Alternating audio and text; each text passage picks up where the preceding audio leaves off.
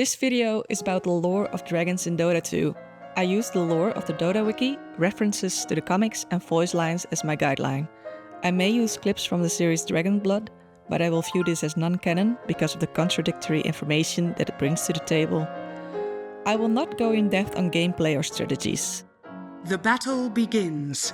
Numerous references can be found to dragons, drakes, worms and wyverns, not to be confused with the term eldworm, which is a profession and not a species of dragon. Any dragon can become an eldworm if they have the ambition to do so. Dota Wiki is unsure of the distinction between dragons. They state that the term dragon is quite old and came from different places, just like most words. They originally referred to the same group, large mythical reptiles. If that was still the case, species like the Slytherin, Slardar, Levianth, Tidehunter and Naga Siren, would also count as dragonkind. So in this video, I am going to exclude them based on their more human-like traits. They may be descendants or subspecies, but that is a topic for another video. Also, Puck's species is Dragon Fairy, which has nothing to do with dragonkind because she originates from a different dimension, and will be referred as Fae by most heroes and me. So, referring to dragons, in the Dota lore, it's an umbrella term, not a taxonomic rank, which is used as a classification system in biology. A great example of a taxonomic system for dragons is of course found on Reddit. I took some inspiration from this and made my own system. With my love for lore and biology, I had a lovely time making this. You may use this system as you please. First off, the domain. Sorry if I say things wrong, my Latin is not so practiced. Kingdom is Animalia, all living, mobile creatures. Next up is phylum, Chordata. This means feet of animals being roughly symmetrical, having a circulatory system and some other features. Class, Reptilia. This includes any group of cold-blooded air-breathing vertebrates. Order. Here's where we have our first ramification. This is based on transport modes. This is the first step that sets dragons apart from other reptiles. We have Volatiles, which meaning flying only. Volatiles e serpere, meaning flying and walking. Serpere, crawling and walking only. And Natare, aquatic or swimming. Family is based on the difference in physical traits. Draco having 2 wings and 4 legs, the classic dragon. The name means dragon or serpent, which makes the name Drago Malfoy very on the nose, don't you think? Wormus having no wings and no legs, also referred to serpents or worms. Drake having 4 legs and no wings. Amphitera having wings only and no legs. And Wyvern having 2 wings and 2 legs. Because most dragons have elemental powers, I split their genus up in factions. Genus are based on elemental or magical affinity. We have Ignis, fire and magma. Glacius, frost and ice. Aqua, water, mist and tides. Terra, stones, acid and roots. Ventus, air, sound and wind. And Umbra, shadow or necrotic. And lastly, species. They may vary greatly based on ecological habitat or niche. Examples of this are, very hard words, lacustris, lake-dwelling, or arcticus, Arctic frozen waste. There are many distinctions between species. So let's test out the system with an example of winter wyvern. Domain, kingdom, phylum and class are the same. She is of the order Volatiles e serpere, because she can fly and walk. Here I thought to have made a mistake, for order and family could mean the same thing. But when I discussed the Slytherin, the water dragon types like Slardar, Slark and Naga, there could be a Natara Drake like Slark, so I'm just gonna keep it here, even if it's a bit redundant. It could also mean something about the bone structure, or the use of their claws more than the count of wings and limbs. Winter wyvern is of course the genus Glacius.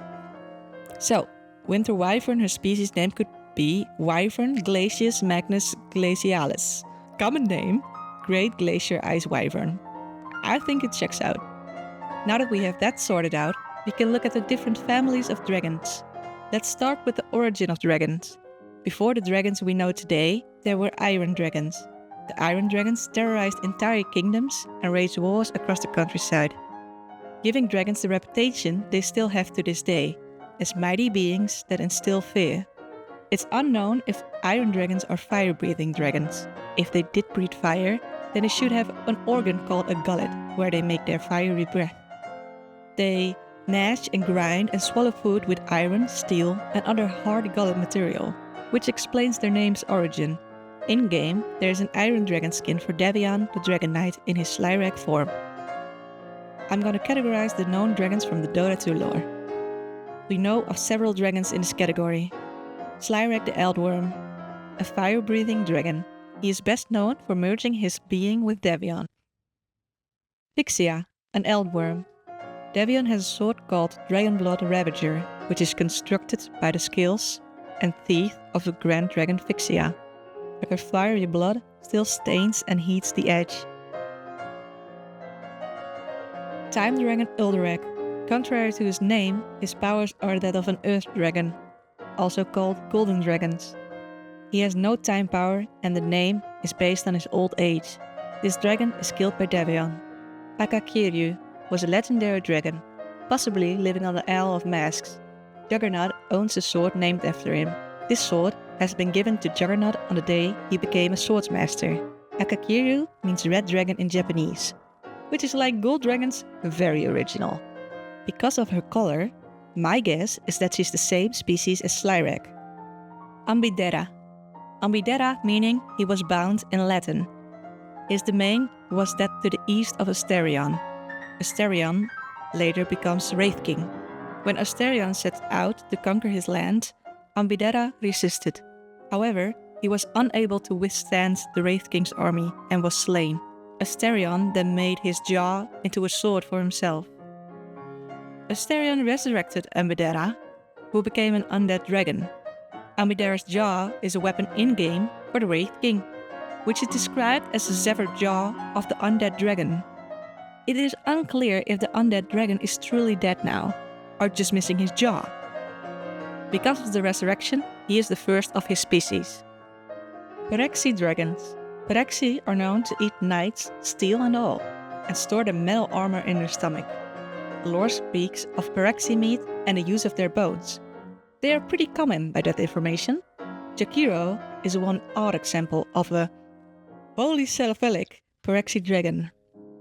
Polycephalic meaning having multiple heads for one body, like Fluffy in Harry Potter. His birth was an anomaly amongst the Phyrexian, because he was hatched from a single egg with two heads sharing a single bod. His birth defect somehow bestowed him with the power of ice and fire. Next up we have worms. A worm is more likely to be called a serpent or sea serpent. Here are the known subspecies to the worms. The lore mentions sea dragons. They are only mentioned that Slaughter hunts these creatures. Most sea dragons I know of are the sea dragon in Valheim, the one in Avatar, The Last Airbender, and they neither have wings or limbs. I can only assume this categorizes them as worms or sea serpents. Razor worm.